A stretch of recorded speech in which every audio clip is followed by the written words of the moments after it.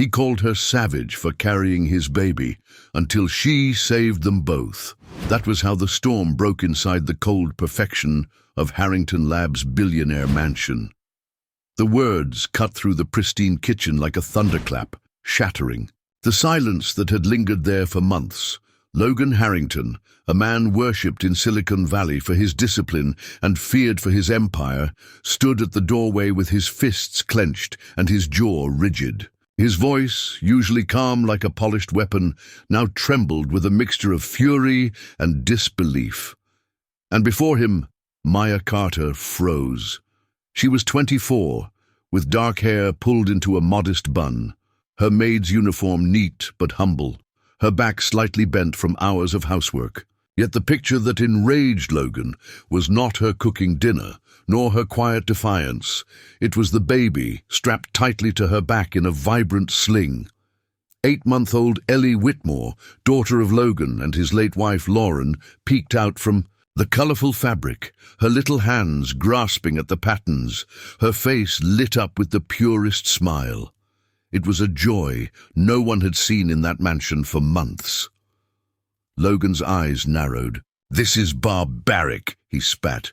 "You're treating my daughter like she's luggage, like a savage would." Maya turned, her face pale but her voice calm. "Mr. Harrington, please, let me explain." But his fury only grew, fueled by grief he had never allowed himself to face. "Enough. Pack your things. You're finished here." The tension in that kitchen was unbearable. Logan's wealth, his power, his rules, they all collided with the fragile innocence of a child who for the first time was truly content. And that is where today's story begins. Hi, I'm John Parker, and today's story will touch your heart.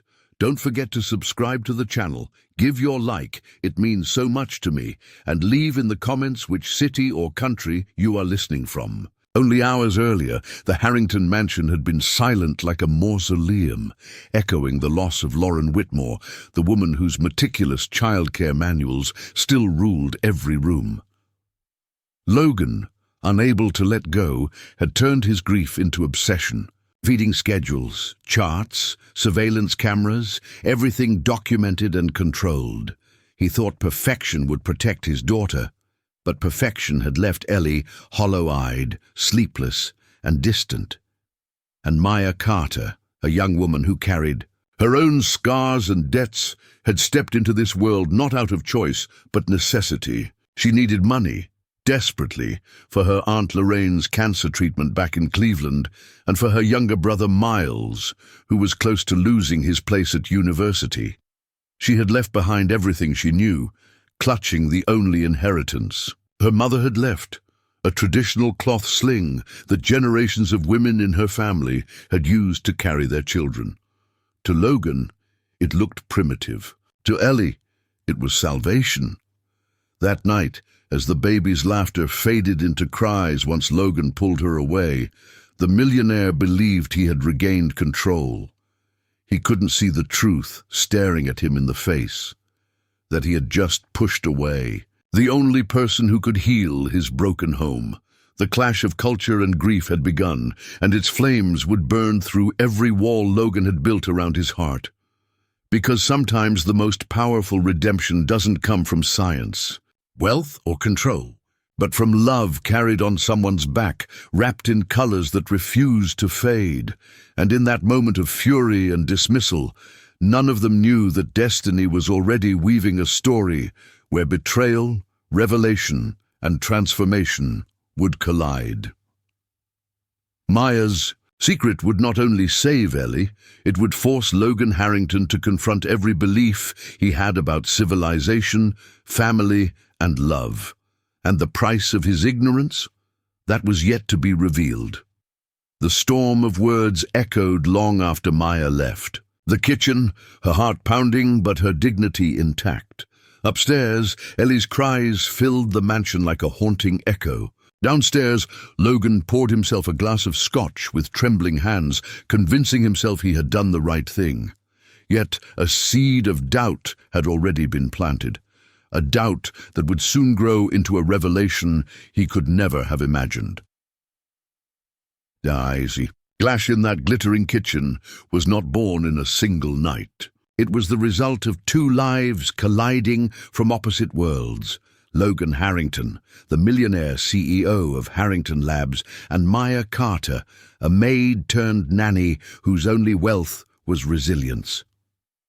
Long before she set foot in California, Maya's life had been a storm of unpaid bills and midnight prayers whispered into the cracked walls of a tiny apartment in Cleveland, Ohio. At 24, she had already carried more burdens than many twice her age. Aunt Lorraine, the only maternal figure left since Maya's mother had passed, was battling cancer with quiet dignity. The insurance company had stopped covering treatments. The hospital sent notices every week, and Miles, her younger brother, bright, stubborn, and determined to become an engineer, was only one semester away from losing his place at Ohio State University if tuition didn't get paid. Maya worked double shifts at a small diner off Euclid Avenue, pouring coffee for truckers and late-night students, her feet swollen, her smile forced. Every tip mattered, every dollar was stretched, but no matter how many hours she worked, it was never enough. One night, as she sat at the kitchen table surrounded by overdue bills, Aunt Lorraine whispered, "Mija, you cannot keep burning yourself." "Out like this? I'll figure it out," Maya replied, her voice cracking under the weight of her promise. "I always do." Her eyes drifted to the vibrant cloth sling, folded neatly in a drawer, a family heirloom passed from grandmother to mother to her. Its fabric carried the smell of home, of lullabies, of love that had once wrapped her close. She never imagined it would follow her into the life of a billionaire's mansion, but fate had other plans. At the same time, thousands of miles away in San Diego, Logan Harrington's world had turned into a fortress of marble and glass. His wife, Lauren Whitmore, had died from complications just weeks after giving birth to Ellie. The tragedy had carved a wound so deep that Logan filled it with order and rules. He built a nursery like a laboratory, imported cribs, sterilized toys, temperature-controlled rooms and cameras tracking every movement. He clung to the childcare manuals Lauren had left behind like a sacred text. Every page represented her last words, her final gift. But love cannot be measured in spreadsheets. And Ellie, his only child, was wilting. She cried endlessly, rejected every attempt at comfort, and rarely smiled. Specialists were called, therapists hired, but nothing worked. 7 nannies had already come and gone, each leaving in frustration or despair.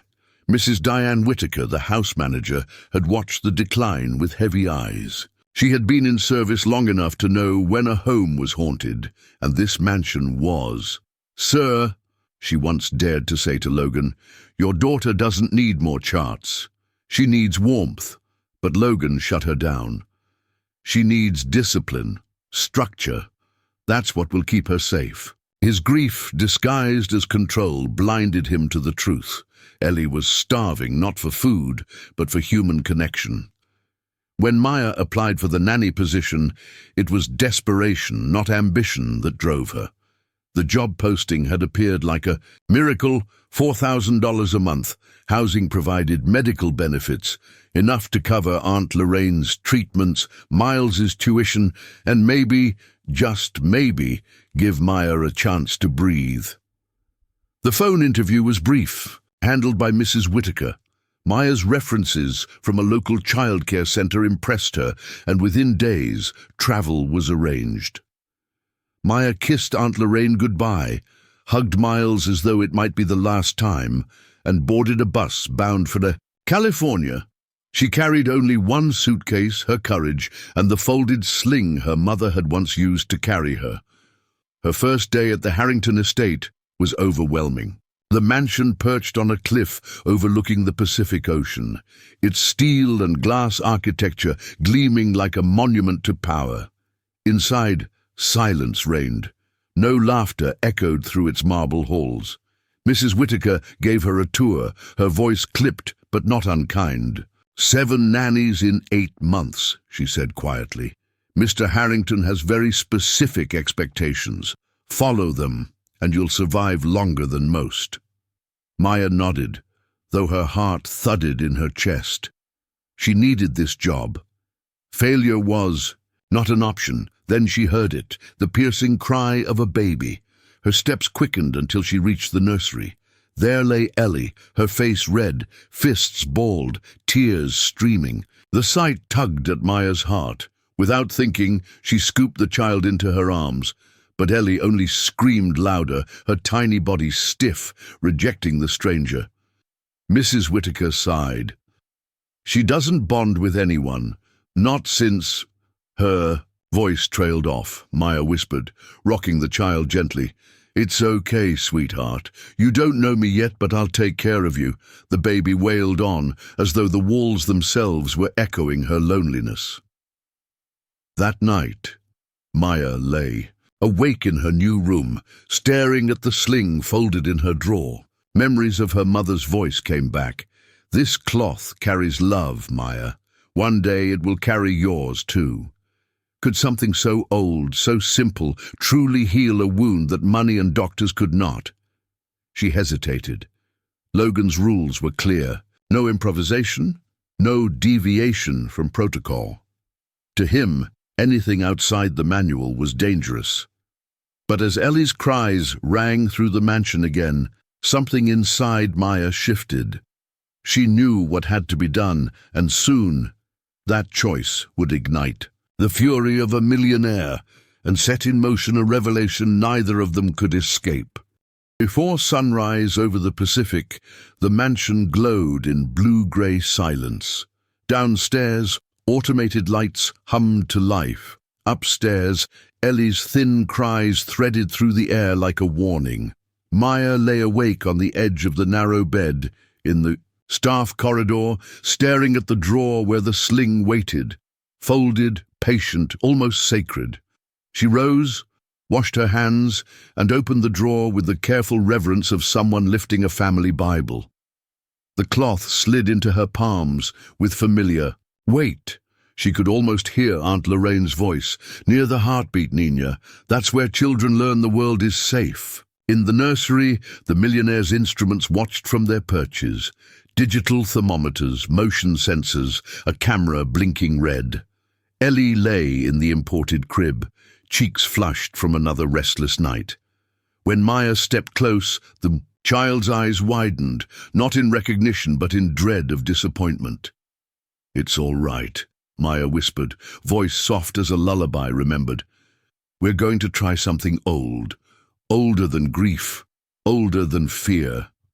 With practiced hands, she drew the sling across her shoulder and around her waist, its pattern a river of color against the hush of chrome and glass. She lifted Ellie, careful, respectful, letting the child's weight settle where the cloth made a cradle of her chest. One breath, then another. The mansion seemed to hold its own. Ellie didn't scream. Her fingers found the fabric, clutched, released, clutched again. A small sound escaped her, no longer the sharp siren of panic, but a tender, wondering coo.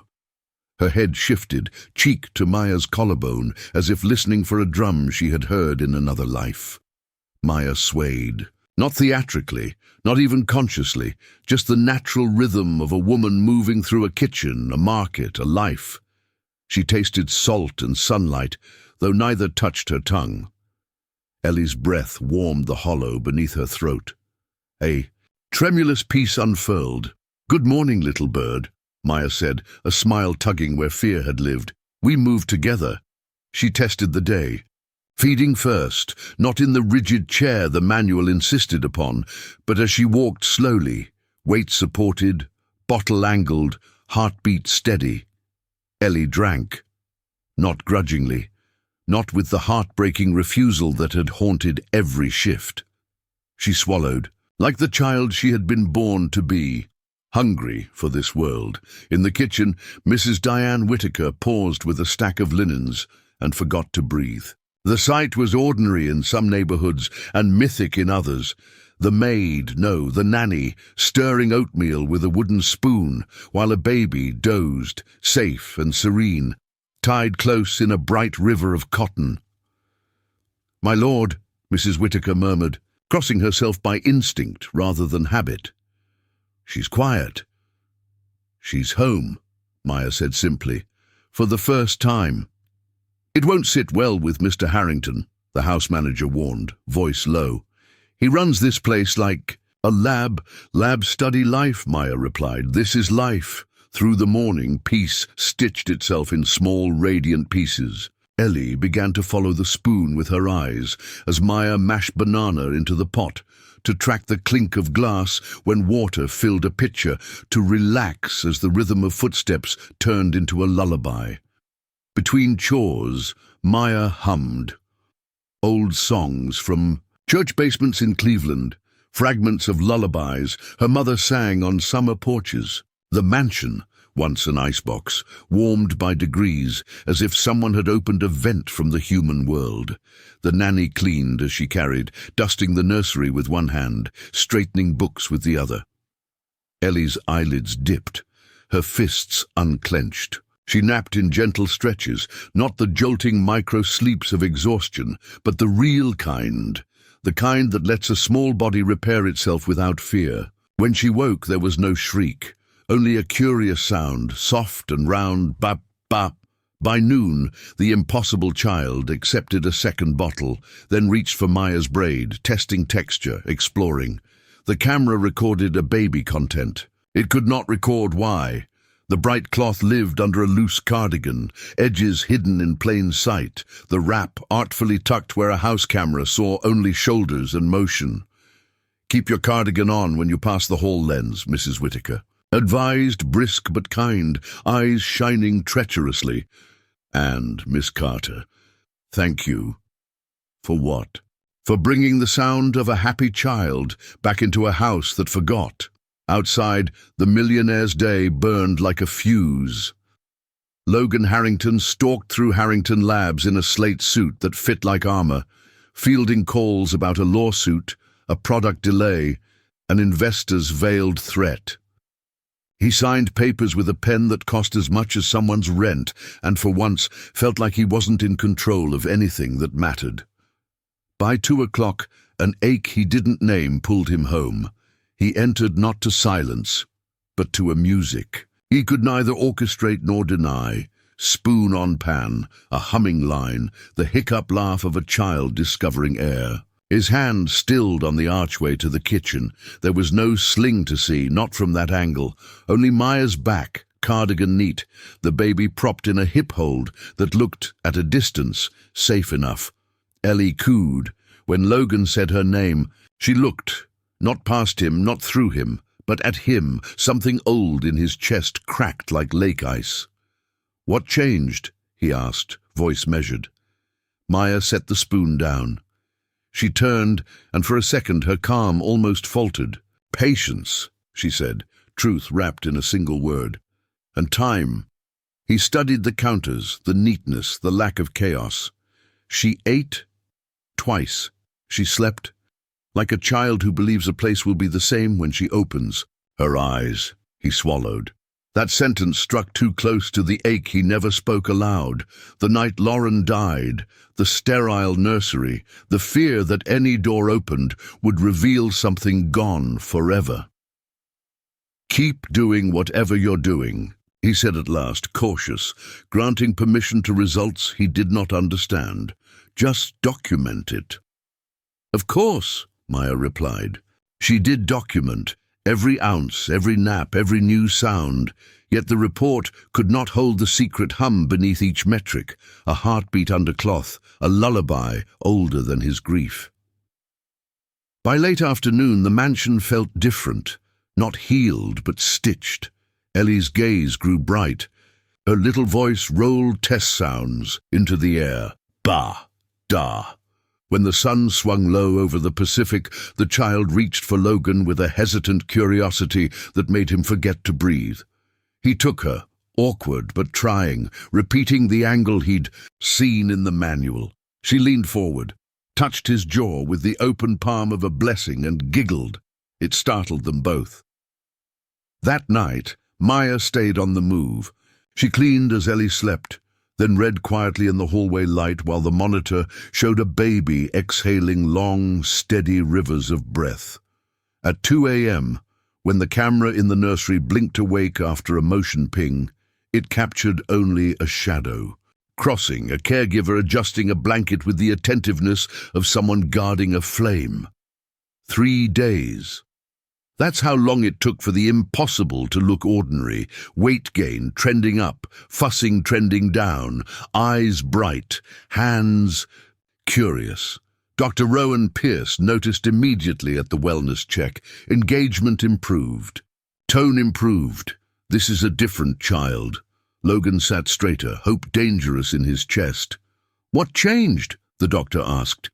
Consistency, Maya said. Security. And proximity, Mrs. Whitaker added under her breath, as if speaking a church secret. Logan, already scanning for variables to control, nodded as if those were items he could add to a calendar invite. On the way out, he paused before the nursery camera and frowned. The data were clean, the video spotless. And yet there was a feel to the rooms now, something human that the lens could not quantify. That evening, as the sun bled rose gold across the La Jolla cliffs, Maya walked the garden path with Ellie cooing against her, hidden by a loose shawl where the sling held fast beneath. The breeze lifted the edges of fabric. The baby sighed the contented sigh of belonging. In a second story window, a reflection moved. Logan, phone in hand, eyes narrowed, one frame caught a flick of patterned cloth. He blinked, unsure. The science of his grief fought the evidence of his senses. Inside, Mrs. Whitaker met Maya at the mudroom door with a warning look. "Careful, dear heart," she said, voice dipped in steel. "A man who believes he's protecting his family will fight even the hands that feed them." Maya nodded.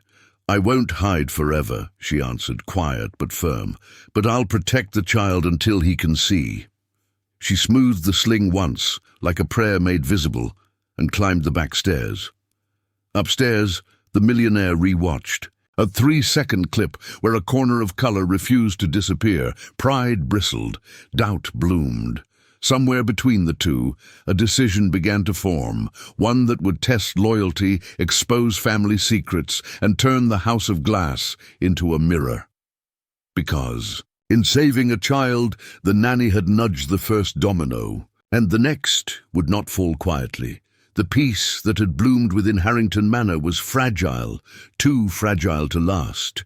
For weeks, Ellie thrived in silence and song, her cries replaced by coos, her restless nights soothed by the heartbeat she trusted most.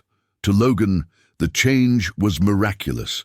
To Maya, it was inevitable, but miracles have a way of drawing suspicion, and suspicion was the one thing Logan Harrington excelled at. It began with the cameras. Logan had designed Harrington Labs to monitor the tiniest flicker of data. His home was no different. He would spend late nights in his office, whiskey half-finished, screens flickering with every angle of his mansion. And though the numbers reassured him, feeding logs, nap schedules, weight charts, his eyes kept catching something he couldn't quite explain. In one clip, Ellie's head seemed nestled higher than expected. In another, Maya's movements had the sway of someone carrying weight. He froze frames, zoomed in, replayed. At times, he thought he saw color, bright, patterned foreign, flash. Beneath her cardigans, the more he watched, the more the unease grew. "Why her?" Logan muttered one night, pausing on a frame of Ellie reaching for Maya with open hands. "Why not me? Why not anyone else?" Mrs. Diane Whitaker entered the office quietly with a stack of reports. "Because she feels safe," she said simply, but her tone carried warning. Logan turned sharply. "Safe? You think this is safety? My wife researched for months, protocols, science, pediatric consultations. Safety is in structure, not..." Not whatever trick Maya is using. Mrs. Whittaker leveled her gaze at him, steady as stone. Sir, with respect, sometimes structure is a prison. That baby needed freedom to cling, and Maya gave it. Logan's jaw tightened. He dismissed her with a flick of his hand, but her words burrowed deeper than he wanted to admit. The breaking point came on a Thursday afternoon, after a disastrous board meeting at Harrington Labs. Investors had grilled Logan about the ongoing discrimination lawsuit. Brooke Sullivan, his lead engineer, had spoken bluntly in front of the entire board. Maybe the problem isn't the lawsuit. Maybe the problem is you can't see beyond your own reflection. The words echoed all the way home. By the time Logan stepped through the front doors, humiliation curdled into fury. He needed control somewhere, if not in business, then in his own house. That was when he heard it, humming, a lullaby. He followed the sound to the kitchen and froze. Maya stood at the stove, stirring a pot of soup, the steam curling into sunlight. On her back, snug in a vibrant sling of blues and golds, Ellie dozed contently, her tiny hand clutched around the patterned fabric. The sight was tender, timeless, and to Logan, an act of betrayal. "What the hell is this?" His voice cracked, like a whip across marble floors. Maya startled, her spoon clattering. She turned slowly, revealing the full sling across her shoulder. "Mr. Harrington, don't!" He cut her off, stepping forward with rage trembling in every line of his body. "You've been experimenting with my daughter, behind my back, with some tribal cloth?" "It's not an experiment," Maya replied, her tone calm but trembling beneath. "This is tradition. It's safe. It's love." "Love?" He barked the word as though it were poison. "My wife left precise instructions, backed by science, by the best pediatric minds in the country. And you," his voice broke, "you strap my daughter like baggage and call it civilized?" Ellie stirred, sensing the tension, her soft babbles, shifting into anxious whimpers. "Please," Maya said, rocking instinctively. "Look at her. She's thriving. She's sleeping. She's eating. She's finally living. Don't you see that?" But grief and pride made Logan blind. "You are finished here. Pack your things." The finality in his voice struck like ice. Maya's chest constricted, but her dignity remained. She gently untied the sling, whispering to Ellie as if to apologize for the betrayal that wasn't hers. The moment the baby was placed into Logan's arms, the peace shattered. Ellie's cries exploded, her tiny body arching away, her fists pounding against the chest that felt like a stranger's. Logan rocked her stiffly, repeating steps from Lauren's manual. Nothing worked. The baby's sobs grew harsher, desperate, a sound that clawed at the walls. Mrs. Whittaker appeared at the doorway, her face pale. "Sir, stay out of it," Logan snapped, his voice hoarse over Ellie's cries. "She's fired." Maya swallowed tears, squared her shoulders and whispered, "Then I'll go. But know this, Mr. Harrington, you're not punishing me, you're punishing her." She brushed Ellie's cheek one last time, then turned and walked upstairs to pack. The cries followed her like a ghost, growing weaker only when exhaustion stole the baby's breath. That night, the mansion was darker than ever. Logan paced the nursery, Ellie in his arms, her face blotched with tears. Hours passed, nothing soothed her. By dawn, his shirt was stained with spit-up, his eyes red-rimmed. Mrs. Whittaker stood in the doorway, arms crossed, pity sharp as steel. "You dismissed the only person who could help her," she said. "She was reckless, primitive. She loved her." Mrs. Whittaker cut him off. "And your daughter loved her back." Her words were a blade to the heart. 2 days later, Ellie's condition spiraled. She refused bottles, lost weight, screamed until her voice rasped. Dr. Rowan Pierce rushed to the house for an emergency visit. "This isn't sustainable," he warned after examining the child. "If she continues, hospitalization will be necessary." Logan sat on the nursery floor, head in his hands, Ellie's hoarse cries filling the room. For the first time, the millionaire who commanded empires felt utterly powerless, and in that powerlessness, a dangerous truth crept in. Maybe Maya Carter had been right all along, but it was too late. She was gone, or so he thought. Power has a sound when it cracks. In Logan Harrington's life, it sounded like a baby's hoarse cry, echoing off glass and marble, and refusing to stop. For 48 straight hours, Ellie fought every bottle, every cradle, every carefully calculated angle prescribed by Lauren's manual. The millionaire paced trenches into the nursery rug, a man who could bend markets, but not comfort his own child.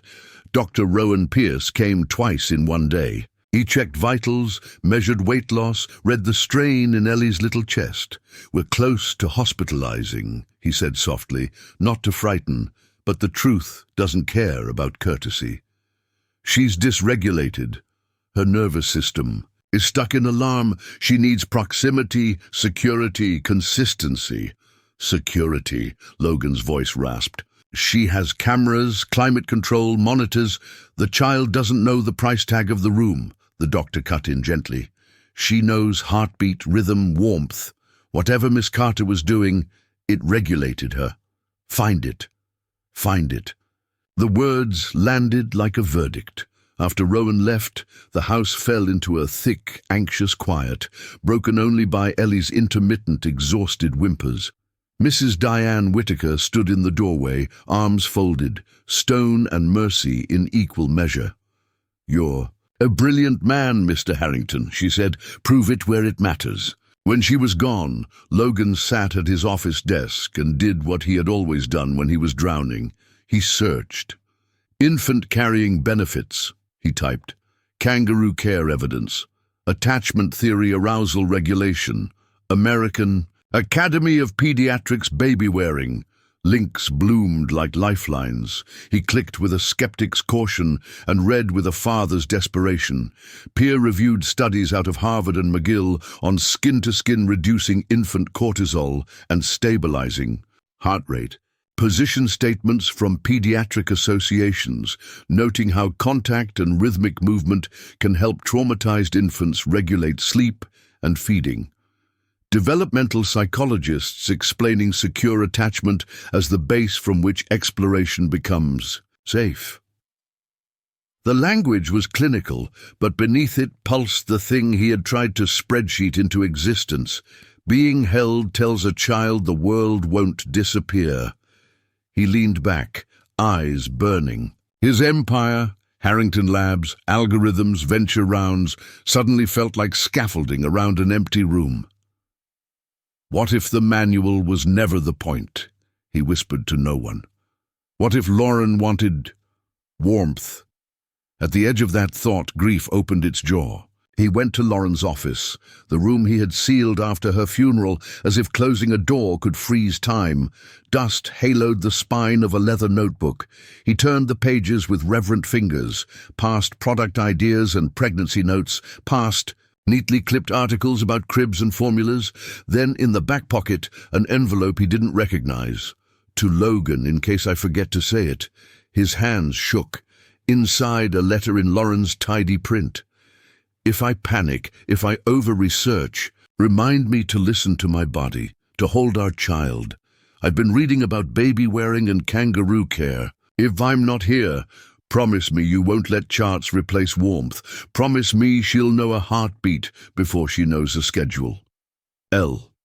The millionaire's composure broke. He sat on the floor as if the gravity in that room had doubled. All his certainty, the rules he enforced like a shrine to Lauren, had become a betrayal of what she had actually begged him to remember. Family secrets aren't always about bloodlines. Sometimes they're about truths we refuse to open. He looked up and saw the rest of the evidence he'd imprisoned. An unopened package on a shelf, the shipping label yellowed at the corners, Lauren W. in the address block. He tore it open with a care that made his fingers slow. Inside lay a ring sling of soft woven cotton, dove grey, threaded with a quiet gold. Not tribal to be mocked. Chosen, deliberate, purchased by the woman whose absence he had armored into law. Logan bowed his head over the fabric. "I'm sorry," he said to a room that could not answer. Then he stood, dizzy, determined, and did the second thing he did when he was drowning. He called someone who knew how to swim. "Victor Hale," he said when the private investigator picked up. "I need a rush background, Maya Carter, Cleveland, everything." Victor moved like a rumor you could hire. Within hours, a secure file hit Logan's inbox. Employment references from a community childcare center, spotless police checks, volunteer records. A letter from a director in Ohio that read like a testimonial for sainthood, intuitive with children who have experienced loss.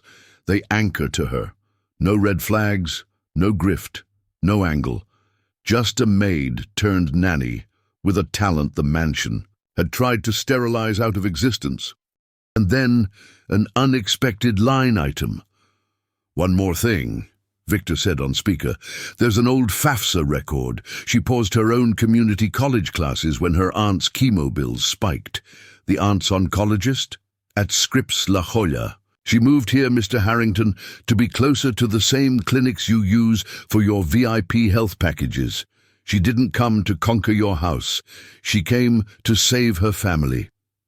Maya's sacrifices re-threaded themselves across Logan's memory. The quiet dignity, the steady hands, the way Ellie had melted against her as if her body recognized a country of origin. He saw his own words again, savage, primitive, and wanted to scrape them from the walls. He dialed another number. It rang 5 times. Maya speaking. He hadn't practiced what to say. Apologies, when honest, rarely sound rehearsed. "It's Logan Harrington," he managed. His voice failed, then reset. "I was wrong, not in a small way, in the way that hurts people, in the way that hurt my child." Silence. He could hear freeway noise, a TV in a motel 2 doors down, someone laughing too loudly to belong to sorrow. "I read research," he said, almost pleading to be graded and found passing. "Harvard, AAP. I found a letter from Lauren asking me not to weaponize her manuals against warmth. There was a sling she ordered. I never opened it." Maya's inhale sounded like disbelief learning to become hope. But hope in the hands of a woman who has survived doesn't leap, it inspects. "What do you want, Mr. Harrington?" "I want Ellie to be well," he said, "and I want to learn from you." "Learning is not an app you can download," Maya answered softly. "It takes humility and time, and you will not call my culture primitive again. You have my word," he said, the promise feeling heavier than his net worth. "Tell me what to do. I'll do it." "Then hear my conditions," she said, spine audible in her voice. "First, a formal apology, to me, to Aunt Lorraine, to the people whose wisdom I carry. Second, autonomy to use methods I know are safe. Third, you will participate, not as a supervisor, as a father. If you want redemption, you earn it in the room where the child cries." He closed his eyes. "Done, all of it, please come back." On the line, another silence, but this one felt like a door unlocking. "For Ellie," she said at last, "I'll return, but understand this. I am not returning as your maid. I am coming as the nanny you dismissed and the teacher you need." "Agreed." His voice broke around the gratitude that had no elegant container. "When can you—" "Tomorrow morning," Maya said. "But there's something you should prepare for." A prickle of dread skittered his spine. "What is it?" "She may not take the bottle from you," Maya said gently. "Not yet. We'll rebuild that together. And Mr. Harrington, there's another thing." The pause stretched. "The sling I use," she continued, "it isn't random. It's a pattern my mother carried me in when the power was shut off, and fear lived in our hallway. Babies hear the story in the fabric. Ellie heard it. She chose it. You're going to have to choose it too." He looked down at Lauren's unopened ring sling, now open, now shimmering under his office lamp like a benediction, and understood the shape of the miracle he was asking for.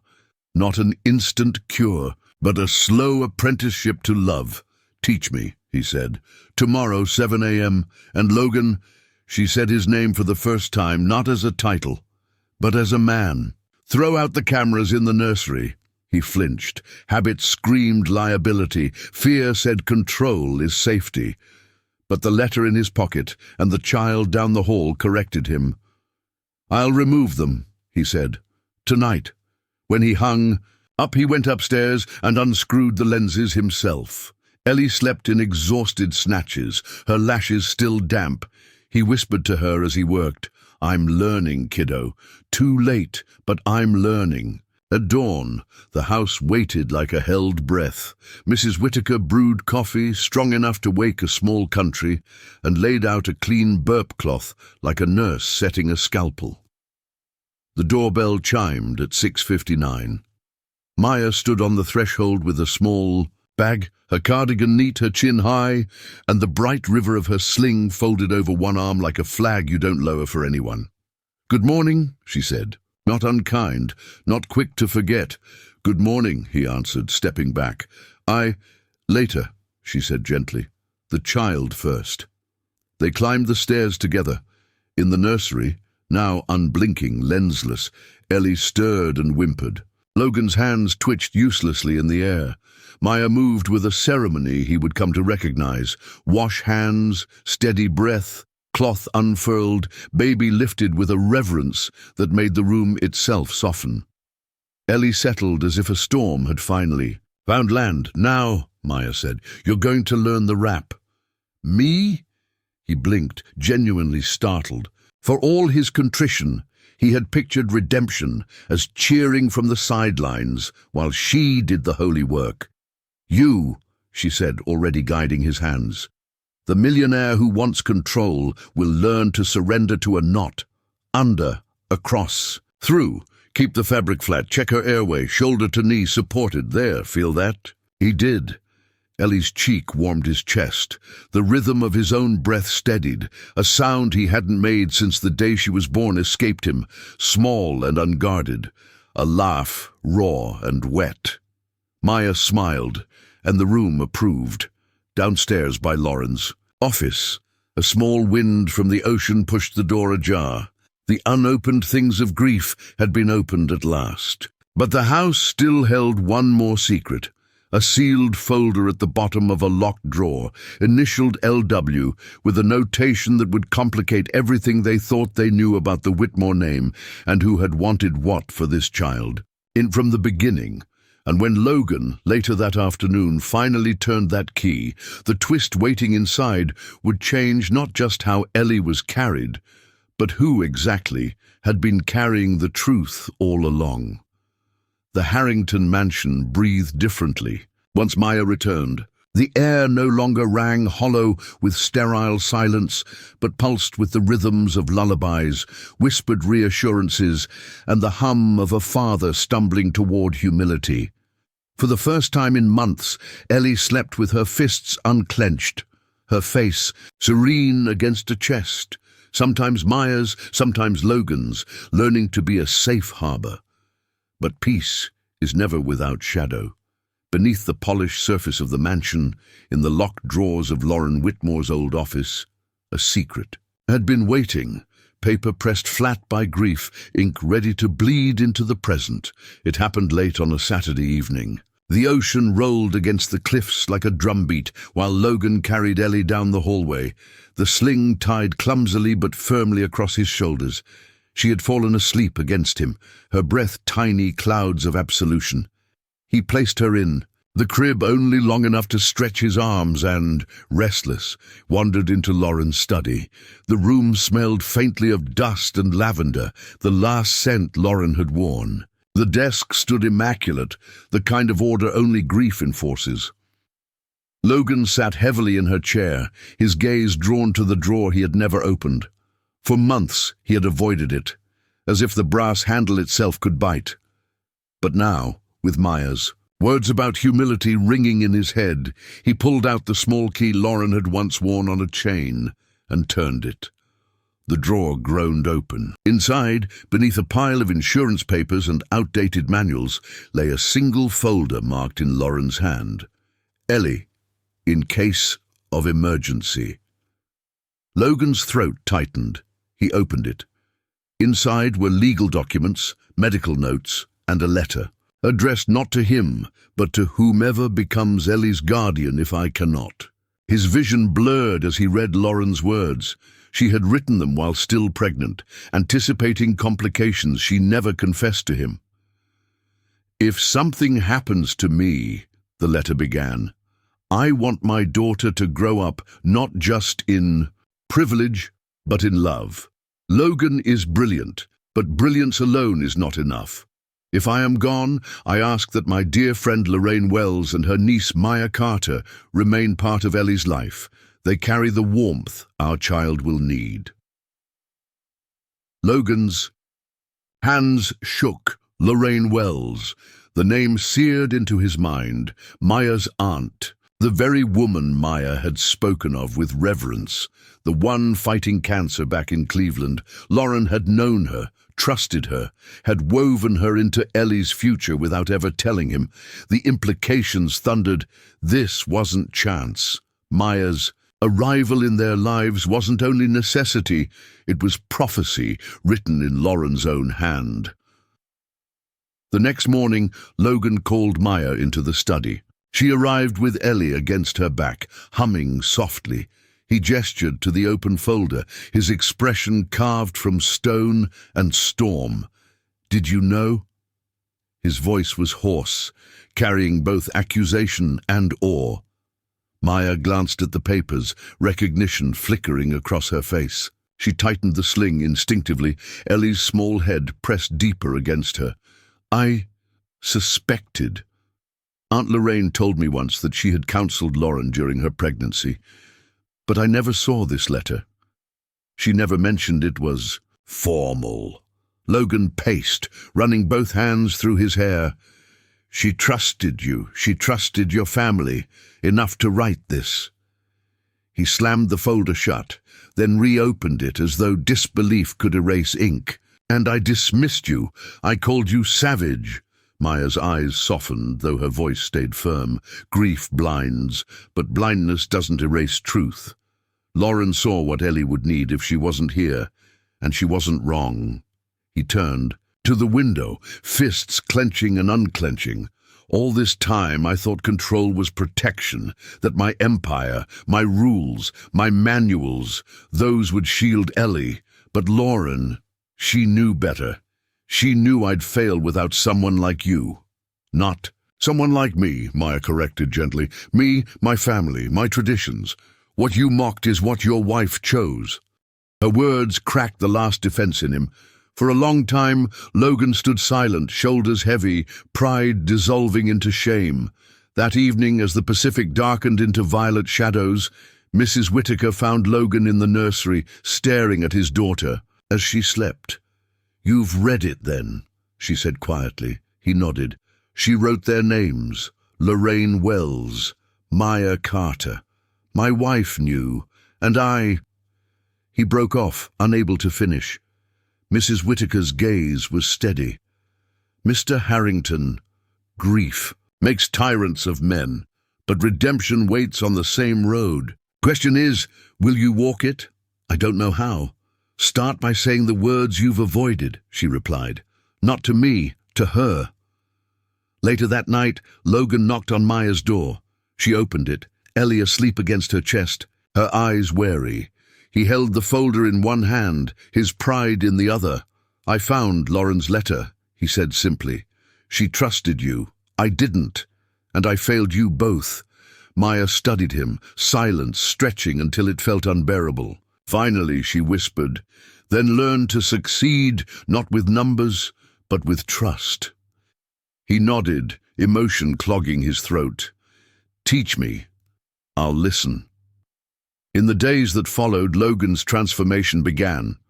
Not dramatic, not immediate, but steady. He joined Maya in carrying Ellie, awkward at first, stumbling with knots, earning soft laughs from Mrs. Whitaker when the fabric slipped. He sat through Dr. Rowan Pierce's lectures on attachment theory, scribbling notes like a student. He even called Aunt Lorraine via video chat. his voice cracking as he apologized for dismissing the wisdom her family carried. Aunt Lorraine, frail but fierce, looked at him through the screen. "You're a millionaire with every resource in the world, Mr. Harrington, but if you can't learn humility, you're poorer than any of us." He bowed his head. "Then may I learn from you too?" Her eyes softened. For Ellie's sake, yes. Yet as light returned to the house, a storm still gathered on the horizon. At Harrington Labs, the lawsuit brewed into scandal. Investors whispered about leadership changes, and journalists circled like hawks. And within the mansion walls, secrets long buried had risen to the surface, shaking Logan's identity to its core. Because Lauren hadn't only entrusted Maya with Ellie's future, she had left behind another note, tucked deeper into the folder that Logan hadn't yet dared to read. And when he finally unfolded it, the revelation inside would threaten not just his pride, but the very foundation of what family meant. The folder did not give up its last secret easily. Tucked into a thin sleeve behind insurance forms and pediatric referrals, a second envelope waited, small, cream-colored, sealed with a dab of wax Lauren used for holiday cards. Logan's breath shortened. He traced the familiar LW initials with his thumb, the way a man might touch a headstone and ask it for permission. He broke the seal. Inside lay 3 pages, handwritten and steady. The first line stunned him with its tenderness and its iron. "Logan, if I'm gone, this is not a rebuke. It's a safety net for our child." His chest tightened. He read on. "You know me. When fear takes hold, I over-research. But I also listen. I met a woman named Lorraine Wells in a prenatal support group. She is warm in a way I am not. Her niece Maya Carter works with children who've lost more than babies should. If grief changes you, as it changed my mother, I'm asking you to accept help. Not from a firm, from people." The second page shifted from softness to law. Lauren had consulted an attorney. There was a notarized directive, witnessed and dated at Scripps La Jolla. "If within 90 days of my death our child does not show sustained weight gain, improved sleep, and observable engagement, Dr. Rowan Pierce will certify whether secure. Attachment is forming.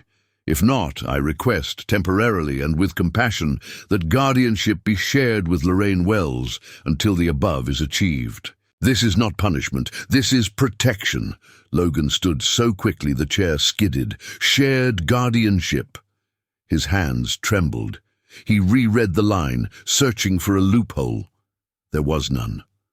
Lauren had built a bridge for Ellie to reach warmth, even if he, blinded by pain, refused to cross. The final paragraph landed like a benediction and a sentence all at once. "Name her Ellie as you promised. But remember, the Whitmore part of her name is not a monument to me. It is a reminder to choose love over control. If you cannot, let Lorraine and Maya hold what you drop. I am not asking you to be less of a man. I am asking you to be more of a father." He stared at the signature Lauren Whitmore Harrington and felt something crack deeper than pride, the notion that love could be hoarded by control. Family secrets, he realized, are not always about betrayal. Sometimes they're the truths. We're too frightened to speak while alive. A soft knock drew him back. Maya stepped into the doorway, Ellie asleep against her back, the sling a quiet river down her spine. "You found it," she said, not as a question. He held the pages out. With shaking fingers, "She put you, your family, into our child's future in legal ink." His voice thinned. "She didn't trust me." Maya's eyes were kind and unyielding at once. "She trusted you to love. She didn't trust grief to let you remember." "How?" He sank onto the edge of the desk, the letter open between them like a map. "Shared guardianship," he whispered. "If Ellie didn't thrive, you fired the nanny who made her thrive," Maya said gently. "And then you called her back. Now keep going." The word steadied him. The next call he made was to Victor Hale. "I need confirmation," Logan said, pacing. "Is this enforceable?" Victor returned within hours, voice gravel on the line. Executed, witnessed, and filed with San Diego Family Court. There's also a letter on file from Hayden. Crowell, the attorney, he drafted a framework for temporary guardianship pending Dr. Pierce's evaluation. If Pierce had flagged failure to thrive, a hearing would have been scheduled. 30-day clock started at Lauren's date of death. You're past it now, but the directive stands as a guiding document if anyone petitions. If anyone petitions, Logan repeated, glancing at the sling against Maya's back, at Ellie's sleep-loosened lips. The thought of losing even a piece of his daughter pressed the air from his lungs. Would Lorraine... She's never filed, Victor said. But Crowell's note mentions an informal check-in he promised Lauren. He's due to call you next week. Silence stretched. A quiet ocean roared somewhere far below the cliff. Thank you, Logan said, and ended the call. He turned to Maya. The millionaire who once measured safety in cameras and charts now measured it in a child's slow, even breathing. I failed, both of you, he said, and Lauren knew enough to plan for my failure. Maya's jaw softened. Or she knew enough to plan for your redemption. He almost laughed, small, disbelieving. Redemption? After calling you... He couldn't say savage out loud in this room again. After that... The word you use is the one you have to undo, she said. And undoing is work. You've started it. He nodded, the motion an oath. Then, we do it all the way. For the next days, Harrington Manor transformed into a classroom. Maya taught. Logan learned. He learned to read Ellie's cues, to time the knot, to keep the fabric flat under tiny knees. He learned that a millionaire's ego is heavier than a child, and that only one belongs on his chest. Mrs. Diane Whitaker watched from thresholds with hands on hips and secrets in her eyes, muttering, "About time," to no one in particular. The third morning, Dr. Rowan Pierce arrived for a scheduled check. He found a different house, no cameras in the nursery, a father with a sling over his shoulder, a baby who reached with relaxed fingers, not fists. The pediatrician reviewed charts and then looked up, warmer than his white coat allowed. Wait. Up. Sleep consolidated. Engagement real. This, he said, nodding to the sling, is medicine I can't prescribe, but I can affirm. Logan exhaled, as if he'd been holding his breath for 8 months straight. Will you put that in writing? He asked. Rowan's smile was small and pleased. Already have. Yet outside the mansion, pressure mounted. At Harrington Labs, the discrimination suit metastasized into a public reckoning. Leaked emails suggested a culture that prized sameness disguised as excellence. Investors prodded for sacrifice. Step aside for optics, one wrote. And at a board meeting, Brooke Sullivan, the lead engineer whose bluntness had cut him weeks ago, spoke again. We can't pivot our products until we pivot our culture, she said, sliding a printed statement across the table. You built this place. You can rebuild it, but not with surveillance and fear. With trust. He stared at the line she'd highlighted. It read like a mirror of Lauren's letter. If fear changes you, accept help. Not from a firm, from people. After the meeting, he caught Brooke by the elevators. How did you... Lauren gave me a copy of something years ago, she said, studying him. A note about you. She asked me to push you if you ever forgot who you were. Family secrets again, not betrayal, but protection hidden in plain sight. He rode the wee elevator down alone. The weight of 2 women's faith, one living, one gone, settling like a mantle he hadn't earned but would try to carry. That night, Hayden Crowell called as promised. I knew Lauren in a professional capacity, the attorney said. She wasn't hedging. She was loving out loud. She asked for you to be held to the standard of a father, not a CEO. From what Dr. Pierce sent, you're there. But her directive remains a compass. Use it. Logan stood at the nursery window, watching moonlight silver the Pacific.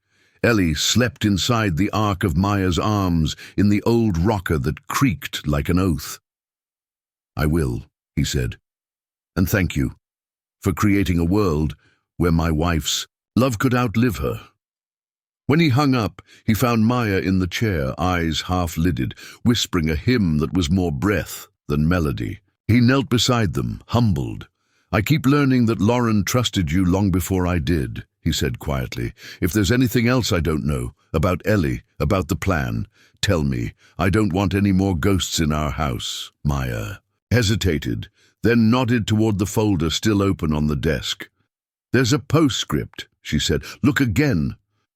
He rose, flipped the back page, and saw the smallest addendum in Lauren's tidy print, almost an afterthought.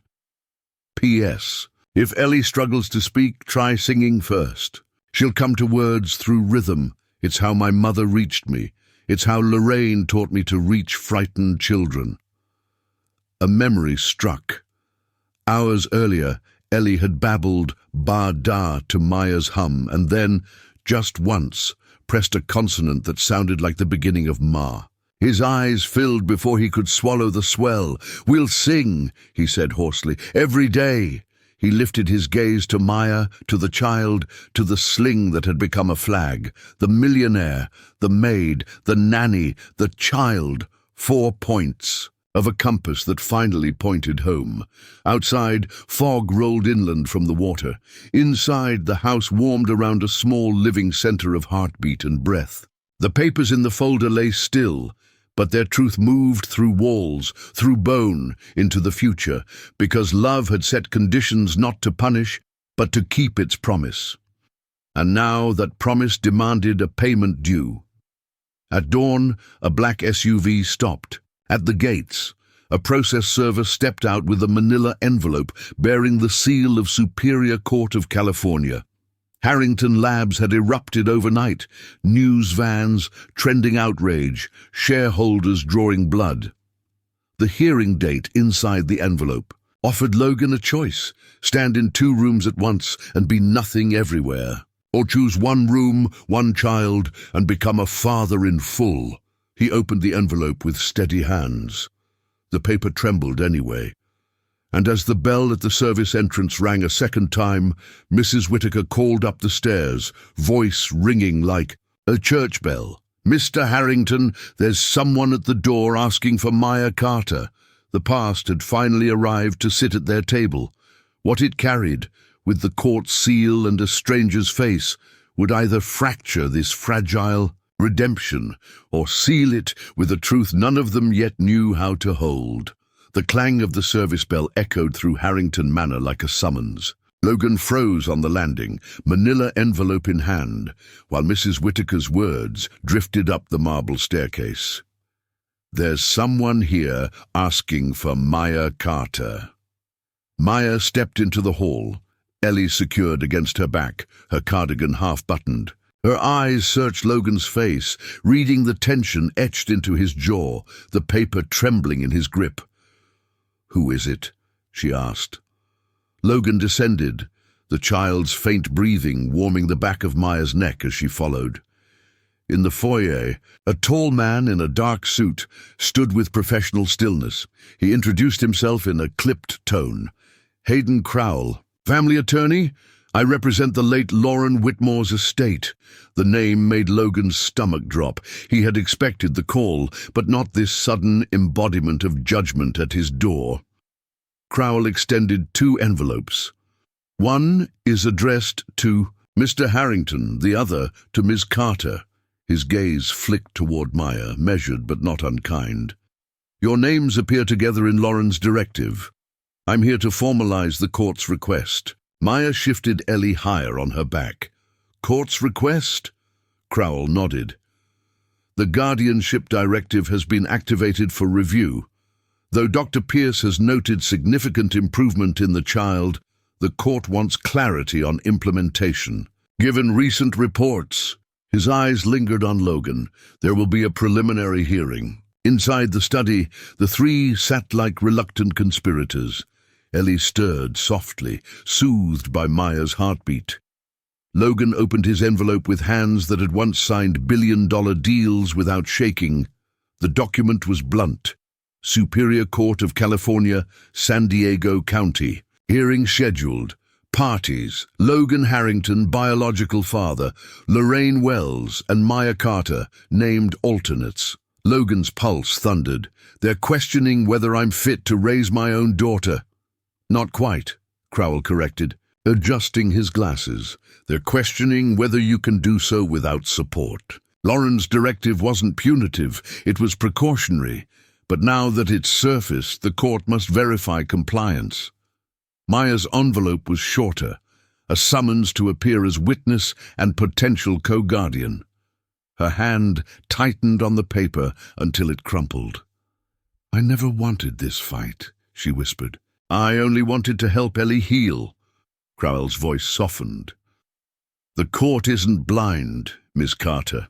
Dr. Pierce's testimony will weigh heavily. Still, appearances matter. The public scrutiny around Harrington Labs complicates matters. If the press learns of this hearing, it won't be framed as nuance. It will be framed as failure. Logan raked a hand through his hair. So my company is collapsing. My board is sharpening knives, and now the state wants to measure me as a father. All because Lauren thought... His voice cracked, anger breaking against grief. Because she thought I'd forget how to love. She didn't think, Maya interrupted firmly. She knew, and she was right. You did forget. The words landed with surgical precision.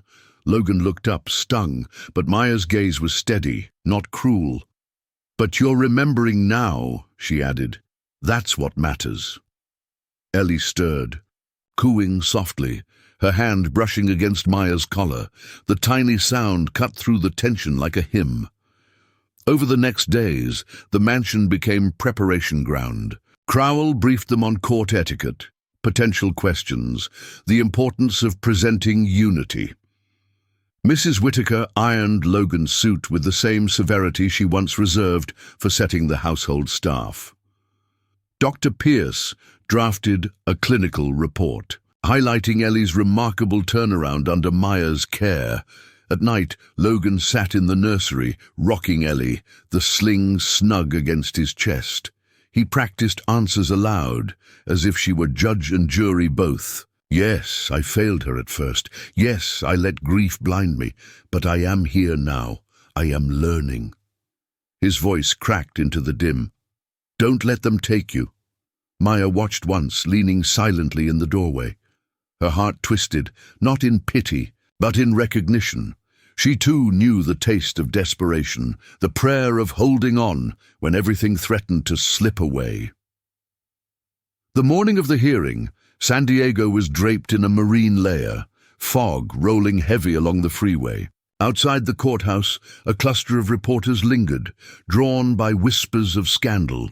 The CEO of Harrington Labs, under scrutiny not just as an executive, but as a father. Inside, the courtroom was smaller than Logan expected, its wooden benches scarred by decades of battles, just like this one. Judge Marilyn Kessler, silver-haired and sharp-eyed, presided with the authority of someone who had heard every excuse in the book. Dr. Rowan Pierce testified first. This child's progress since Maya Carter's intervention is undeniable, he said. Her weight has stabilized, sleep normalized, engagement exceeded expectations. In my professional opinion, Maya's methods saved this child's development.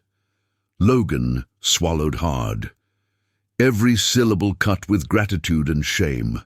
When it was Maya's turn, she stood straight, Ellie's sling folded neatly in her bag, her voice steady.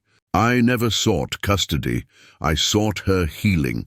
I believe Mr. Harrington is learning. Slowly, yes, but he is learning, and Ellie deserves her father. The courtroom murmured at her candor. Even Crowell's brows lifted, surprised. Finally, Logan took the stand. The millionaire, stripped of his empire's armor, spoke not in polished phrases, but in raw truth. I called Maya's tradition primitive. I fired her when she was the only one saving my daughter. I was wrong. My wife knew it. Maya knew it. Ellie knew it. And I am asking this court not for mercy, but for time, to keep learning, to keep carrying her, to become the man both Lauren and my daughter need me to be." His voice cracked on the last line. The silence that followed was heavier than gavel strikes. Judge Kessler tapped her pen once, twice. "Mr. Harrington, this court has seen many fathers deny fault. Yours is the first to confess it so plainly. Ms. Carter, your testimony speaks to humility rather than ambition. That matters." She leaned forward. "Therefore, the directive will stand not as division, but as partnership. Guardianship remains with Mr. Harrington, but with the explicit recommendation that Ms. Carter retain a permanent role in the child's upbringing until Dr. Pierce certifies otherwise. Consider this court's way of honoring Lauren Whitmore's wishes and holding you both accountable." The gavel struck. Logan exhaled like a man surfacing from deep water. Maya closed her eyes, relief trembling at the edges. Ellie, oblivious, babbled happily in her sling, as if pronouncing her own verdict. Love had won for now. Yet as they stepped out into the swarm of reporters, microphones flashing like weapons, a journalist shouted a question that froze them both. "Mr. Harrington, what about the rumor that Ellie may not be biologically yours?" Gasps rippled. Cameras whirred. Maya's breath caught, her eyes snapping to Logan's. And in that single instant, the fragile redemption they had fought for threatened. To collapse under the weight of a secret neither of them had spoken aloud. The question detonated in the courthouse hallway and chased them all the way to the car. "What about the rumor that Ellie may not be biologically yours?" Cameras flashed like lightning. Security pushed the microphones back. Logan shielded Maya and the child with his body, but the words had already slipped under his ribs and set up camp where confidence used to live. Back at Harrington Manor, the house fell into a stunned quiet. Mrs. Diane Whittaker took Ellie from the sling and kissed her curls as if the love of a household could ward off a storm. Maya stood beside the kitchen island, both hands on the marble, bracing herself. Logan paced the length of the room, tie loosened, verdict spiraling behind his eyes. Victor Hale arrived within the hour. He looked like the rumor had personally offended him. "It's circulating from a single source," he said, dropping a folder on the counter. "Anonymous account. But the breadcrumbs scream Venture World gossip. Mentions a donor file at Scripps Fertility. Says Lauren used donor material, donor sperm." Logan asked, voice thin. "Or donor egg," Victor said. "The rumor doesn't specify. It only does what rumors do, aims for maximum damage." Maya's jaw tightened. "And who benefits from that damage?" Victor didn't smile. "Pick a name from your cap table. Marcus Vance is my leading candidate. He's been angling to force you out since the lawsuit broke. If the public believes Ellie isn't yours, he thinks you'll fold." Logan sank onto a stool. The millionaire who once split markets by breakfast now stared at a single truth he couldn't negotiate. Even if the rumor proved true, one child still needed a father tonight. He lifted his eyes to Maya. "Whatever biology says, I won't abandon her." Maya stepped closer, her voice low and steady. "Then let's anchor that with action, not speeches. We do a private chain of custody DNA test through Dr. Rowan Pierce. No tabloids, no shortcuts. Whatever the result, Ellie's routine doesn't break." Victor nodded. "I'll coordinate, and I'll keep chasing the leak." They swabbed cheeks that evening under the soft light of the nursery lamp. Ellie thought it was a game, giggling around the cotton tip, patting Logan's jaw with permission. He didn't deserve and needed anyway. When Rowan left with the sealed kits, the three adults stood in the doorway and listened to the child breathe, as if breath itself could be proof. "While we wait," Maya said, tying the sling across her shoulder. "We carry her," they did. The nanny moved like a hymn. The millionaire followed like a student. Through the night, through the fog of anxiety, the house kept its rhythm. Feed, sway, sleep, repeat. The preliminary result landed in Rowan's inbox 48 hours later with all the grace of a guillotine. Probability of paternity, 0%. Rowan's call was careful. "These inexpensive panels can be wrong," he said. "Allele dropout, contamination. We'll run a full STR panel at the hospital lab. Do not act on this." But numbers on a page carry a gravity that even caution can't cancel. Logan sat on the edge of Lauren's old rocker and read the line until the ink felt like a bruise. In the doorway, Maya's breath caught. Then she steadied. Ellie slept against her chest, oblivious to the math rearranging the room. Mrs. Whitaker, who had never softened for a billionaire in her life, crossed the floor and took the paper from Logan's hand. She tore it in half. "This is not a child," she said, "and it is not the court. It is a cheap opinion in a cheap font. You wait for the real one, sir. Meanwhile, you be what she needs." The board did not wait. By sunset, an emergency meeting pulsed on Logan's phone. Marcus Vance's fingerprints everywhere. The message was simple: resign for the sake of the company. Public pressure mounted. The rumor had grown legs and a hashtag. Logan stood in the glass conference room at Harrington Labs and looked at faces that had once cheered his appetite for control. "I'm stepping back," he said, surprising even himself with how right the words felt in his mouth. "Not because a rumor owns me, but because my daughter does. This company can have a dozen CEOs. Ellie has one father. I'm going home." Brooke Sullivan, the engineer who had told him truths he didn't want, lifted her chin. "If you mean that, rebuild this place with the same humility you're learning at home. I'll keep it alive until you're ready." He didn't trust his voice, so he nodded and left. Less a king deposed than a man finally choosing a kingdom worth ruling. The full hospital analysis arrived 3 days later. Rowan walked into the nursery holding a sealed envelope as if it were a lit candle. Logan didn't reach for it. He stared at Ellie instead, at her hands opening and closing on the sling like seashells learning tide. "Whatever it says," he murmured. "I already decided." Maya's gaze met his. "Say that again for her." He did. "I already decided." Rowan opened the envelope. He read silently once, then again, then let his shoulders fall with a relief so human it didn't. "Need translation? Paternity included," he said. "Logan, you're her biological father." The room didn't burst into celebration. It exhaled. Maya laughed, a wet sound. Mrs. Whitaker crossed herself and muttered something that sounded like a grateful scold. Logan pressed his palms to his eyes and let the world tilt. Rowan wasn't finished. The confusion came from an old notation in Lauren's medical file. Donor oocyte. She used a donor egg because of a clotting risk. You were the sperm source. That's why a lazy rumor could sound plausible. But the truth is simple. Legally and biologically, you are Ellie's father. Genetically, Lauren is not her mother. Silence shifted shape. The letter in the folder, the note about singing first, the tenderness woven into Lauren's directives, love roaring louder than DNA. The room filled with her anyway. Logan swallowed. "How do we handle this publicly?" Maya's answer was immediate. "We don't handle Ellie publicly at all. We guard her. You speak one sentence if forced. 'My daughter is mine.' That's the beginning and the end. Then you close the door." Victor Hale arrived moments later with his own trophies. "Vance paid a tabloid lab for the first test," he said, eyes hard. "Chain of custody was garbage.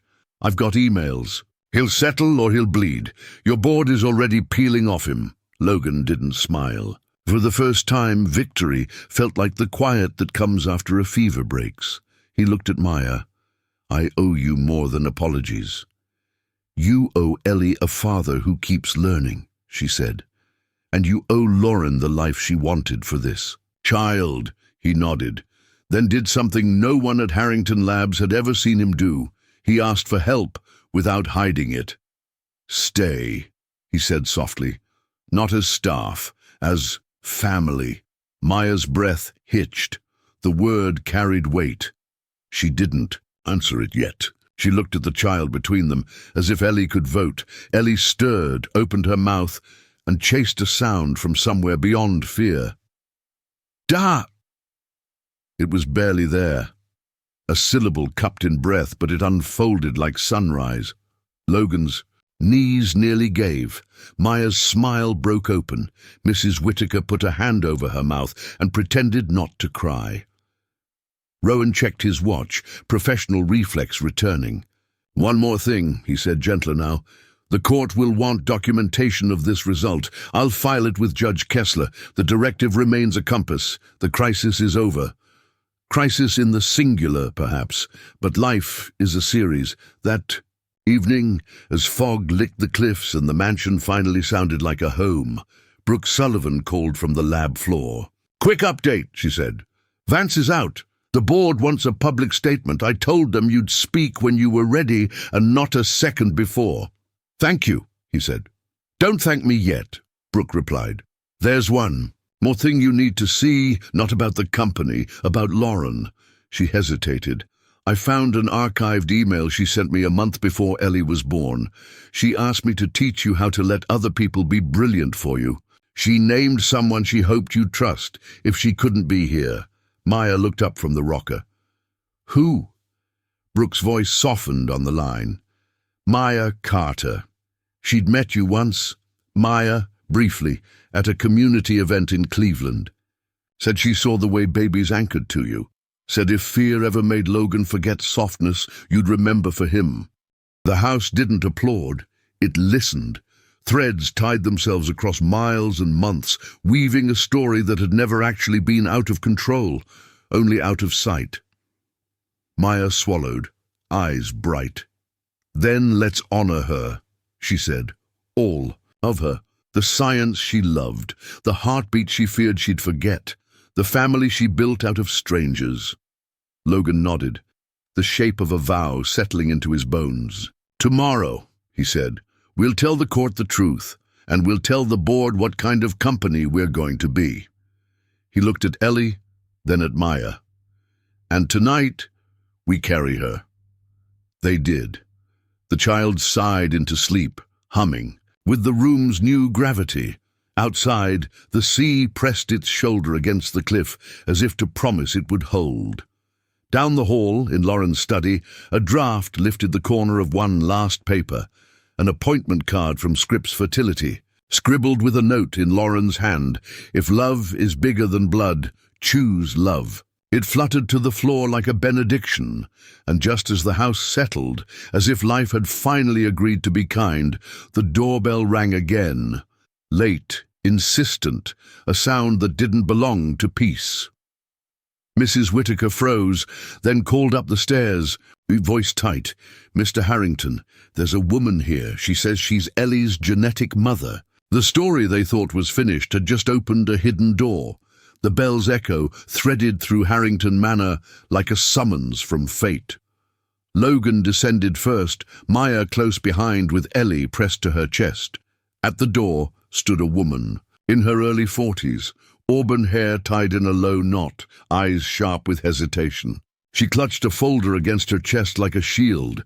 "My name is Charlotte Hayes," she said quietly. "I was Lauren's egg donor, and I believe your daughter has a right to know where she comes from." The foyer fell silent. Maya tightened, her hold on Ellie. Logan's jaw locked. For months he had been learning humility, and now the lesson arrived in flesh and bone. "Why now?" Logan asked, voice even but frayed. Charlotte shifted, guilt in her posture. "I signed an anonymity clause. But when I read the rumors online, the ones dragging Ellie into your corporate battles, I couldn't stay hidden. She deserves truth without scandal." Mrs. Whittaker stepped forward like a gatekeeper. "Truth can heal or harm, Miss Hayes. Choose carefully." Charlotte's eyes softened as she looked at Ellie. "I don't want to take her. I don't want headlines. I just want her to know that love brought her here, not just science. Lauren chose me because I was healthy, yes, but also because I promised her I'd carry nothing but hope into that clinic. Logan exhaled. Grief and gratitude tangled. You're not her mother, he said firmly. Lauren was. Maya is. I am. But you gave us a gift, and I will honor it. One day when Ellie asks, I'll tell her your name. I'll tell her she was wanted twice over by the woman who carried her and the woman who dreamed her. Tears welled in Charlotte's eyes. She placed the folder on the console table. This is my medical history, so she never wonders. That's all. She hesitated, then whispered, Tell her I prayed for her, even if she never meets me. Then she left, the night swallowing her steps. In the days that followed, the household shifted again, not broken, but expanded. The secret no longer gnawed in silence. It was folded into the story of Ellie's life like an extra thread in her sling.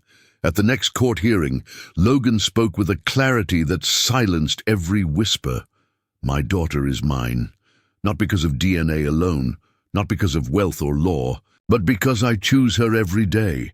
And she will grow knowing the strength of the women who brought her here. Lauren, who gave her name. Charlotte, who gave her chance. Maya, who gave her heartbeat. That is family. Judge Kessler smiled faintly and closed the case file. Then see that you live it, Mr. Harrington. At Harrington Labs, Logan stood before his board and announced sweeping reforms. Diversity panels became inclusion councils, hiring pipelines. Open to communities long ignored, and Maya herself was named Director of Cultural Integration.